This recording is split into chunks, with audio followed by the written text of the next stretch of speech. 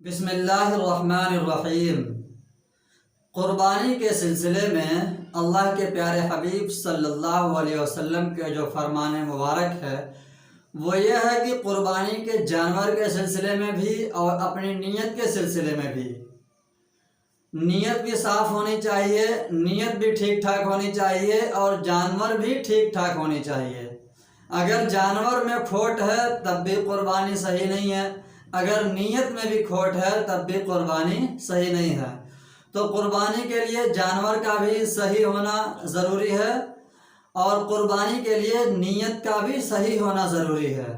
قربانی کے سلسلے میں اللہ کے پیارے حبیب صلی اللہ علیہ وسلم کے جو فرمان مبارک ہے وہ یہ ہے کہ جو جانور ہے وہ تندرست ہو، دیکھنے میں بھی خوبصورت ہو، اچھا ہو، فربا ہو، لاغر نہ ہو، یعنی حاصل کلام یہ ہے کہ وہ اچھے سے اچھا جانور جو ہو اس کو قربانی میں لیا جائے۔ تو آج اسی کے سلسلے میں بات ہوگی کہ کون سے جانور ایسے ہیں، کون سے عیوب ایسے ہیں جن کی قربانی جائز نہیں ہے۔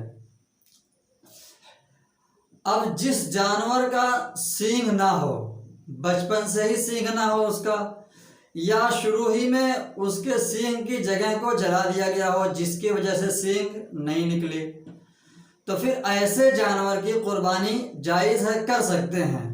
لیکن جانور کا سینگ تو تھا، بعد میں اس کو جو ہے لوگوں نے توڑ دیا یا خود بخود ٹوٹ گیا، اگر جڑ سے وہ سینگ ٹوٹ گیا تو قربانی جائز نہیں ہے۔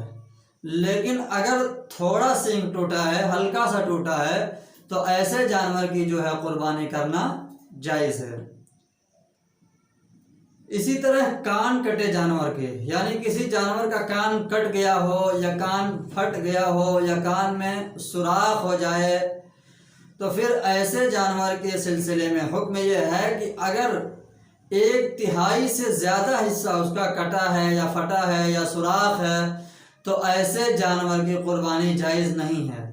اگر 1/3 سے کم ہے تو ایسے جانور کی قربانی کرنا جائز ہے، اس میں کوئی حرج نہیں ہے۔ اور اسی طرح کوئی ایسا جانور ہے جس کا کان پیدائشی طور پر ہے ہی نہیں، ایسے جانور کی بھی قربانی جائز نہیں ہے۔ اندھے جانور کی قربانی کا کیا حکم ہے؟ اندھے جانور کے بارے میں یہ ہے کہ اگر اتنا اندھا ہے وہ کہ بالکل دیکھ نہیں سکتا، خود چل نہیں سکتا، وہ دیکھ کر کے چارہ نہیں کھا سکتا، تو ایسے جانور کی قربانی جائز نہیں ہے۔ لیکن وہ اندھا تو ہے لیکن اکثریت اندھا نہیں ہے، یعنی وہ زیادہ تر اسے دکھتا ہے، کم حصے میں ہے جو اندھا پن ہے، تو ایسے جانور کی قربانی جو ہے جائز ہے، اس میں کوئی حرج نہیں ہے۔ اسی طرح پوپلے جانور کی قربانی، پوپلا کیا ہوتا ہے؟ جس جانور کے دانت ٹوٹ گئے ہوں، اکثر دانت ٹوٹ جائیں جس کی وجہ سے وہ کھا پی نہ سکے، تو ایسے جانور کی قربانی جائز نہیں ہے۔ لیکن کچھ دانت ٹوٹے ہوئے ہیں، کم ٹوٹے ہوئے ہیں، تو ایسے جانور کی قربانی جائز ہے، جس سے وہ کھا پی سکتا ہے، تو ایسے جانور کی قربانی جائز ہے، اس میں کوئی حرج نہیں ہے۔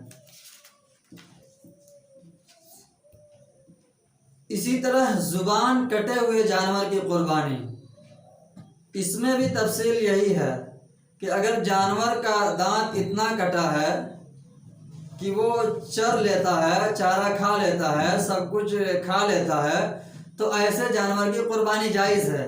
لیکن اگر اتنا زیادہ کٹ جائے کہ وہ چارہ کا استعمال نہیں کر سکتا زبان کے ذریعے، چونکہ چارہ اسی کے ذریعے کھینچتے ہیں، کھاتے ہیں، تو پھر ایسے جانور کی قربانی جائز نہیں ہے۔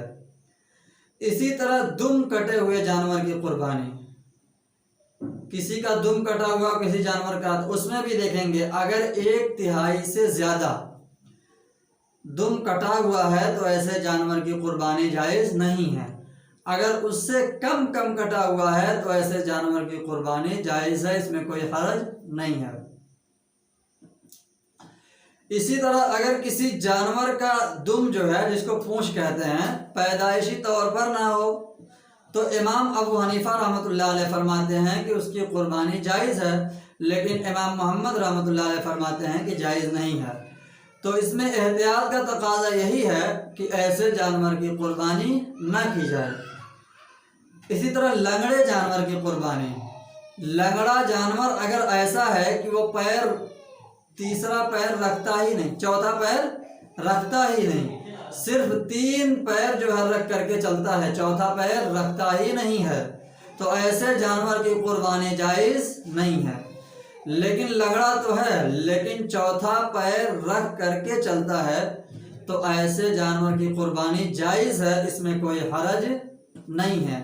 لیکن اگر چوتھا پیر نہ رکھے تو جائز نہیں ہوگا۔ اسی طرح جانور کا تھن اگر خشک ہو جائے، سوکھ جائے یا تھن کٹا ہوا ہو، تو چھوٹے جانور میں جس کے 2 تھن ہوتے ہیں، اگر اس کا ایک تھن خراب ہوا ہے، ایک کٹا ہوا ہے، تو ایسے جانور کی قربانی جائز نہیں ہے۔ لیکن بڑا جانور جس کے 4 تھن ہوتے ہیں، ان میں اگر ایک تھن خراب ہے، ایک تھن سوکھا ہوا ہے، ایک تھن کٹ جائے، تو ایسے جانور کی قربانی جائز ہے۔ اگر 2 خراب ہو جائیں، 2 کٹ جائیں، تو پھر بڑے جانور کی بھی قربانی جائز نہیں ہوگی۔ اسی طرح حاملہ جانور کی قربانی، یعنی جس کے پیٹ میں بچہ ہو، جس جانور کے پیٹ میں بچہ ہے اس کی بھی قربانی مکروہ ہے، اس سے پرہیز کرنا چاہیے۔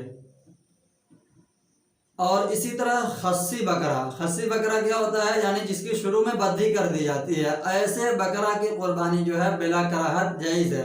بعض لوگوں نے اس پر آواز اٹھائی تھی کہ ہاں اس کی قربانی نہیں ہونی چاہیے، ایک عیب ہو گیا۔ وہ عیب نہیں ہے، بلکہ اللہ کے پیارے حبیب صلی اللہ علیہ وسلم نے خصی بکرا کی تعریف فرمائی ہے، چونکہ اس کے گوشت میں مہک نہیں ہوتی، اس لیے خصی بکرے کی قربانی کرنے میں کوئی حرج نہیں ہے۔ اسی طرح خنثی جانور، خنثی کیا ہوتا ہے؟ یعنی پتہ ہی نہ چلے کہ وہ نر ہے یا مادہ ہے، ایسے جانور کی قربانی جائز نہیں ہے۔ اسی طرح کچھ جانور ایسے ہوتے ہیں جو ناپاکی، نجاست وغیرہ کھاتے ہیں، تو اگر کوئی بھی جانور ہو، بکری ہو، کوئی بھی ہو، اگر یہ نجاست کھا رہے ہوں تو ایسے جانور کی قربانی جائز نہیں ہے۔ اسی طرح جنگلی جانور کی قربانی، جنگلی جانور کی بھی قربانی جائز نہیں ہے، چونکہ وہ چیڑ پھاڑ کر کے کھاتے ہیں، اور ایسے جانور کی قربانی جائز نہیں ہے۔ چونکہ کہا گیا ہے جو جانور کچلی سے کھاتے ہیں، کچلے سے مراد جو اگلے دانت سے کھاتے ہیں، جو آگے 2 دانت نکلے ہوتے ہیں، نوکیلے ہوتے ہیں، اس دانت سے جو جانور کھاتے ہیں ان کی قربانی جائز نہیں ہے۔ اگر اسی طرح کسی نے جانور خریدا، اس وقت تو عیبدار نہیں تھا، لیکن وہ رکھے ہوئے تھا گھر پہ، پھر عیبدار ہو گیا، اس سلسلے میں تھوڑی تفصیل ہے۔ تفصیل یہ ہے کہ اگر وہ جانور مالدار کا ہے تو اس کو پھر اس جانور کی قربانی جائز نہیں ہے، اس کے لیے وہ اس جانور کو ہٹا دے، دوسرا جانور لے کر کے آئے، اس کی قربانی کرے۔ لیکن اگر فقیر ہے، غریب ہے، وہ ایسا نہیں کر سکتا، تو وہ اسی عیبدار جانور کی قربانی کر لے، جائز ہے۔ اسی طرح جانور قربانی کرتے وقت جب اس کو لٹاتے ہیں تو اچھل کود کیا، وہ عیبدار ہو گیا، مثال کے طور پر سینگ ٹوٹ جائے یا پیر ٹوٹ جائے اچھل کود کرتے وقت، تو اب یہ عیب جو ہے یہ قابل اعتبار نہیں ہے، یہ چاہے مالدار ہو یا غریب، دونوں اسی جانور کی قربانی کر لیں، اس میں کوئی حرج نہیں ہے۔ یہ تھی مکمل تفصیل کہ جانور کے اندر کون سے ایسے عیوب ہیں جن سے قربانی ان کی جائز نہیں ہے۔ اللہ ربی والاسلام دینی ومحمدا رسول اللہ۔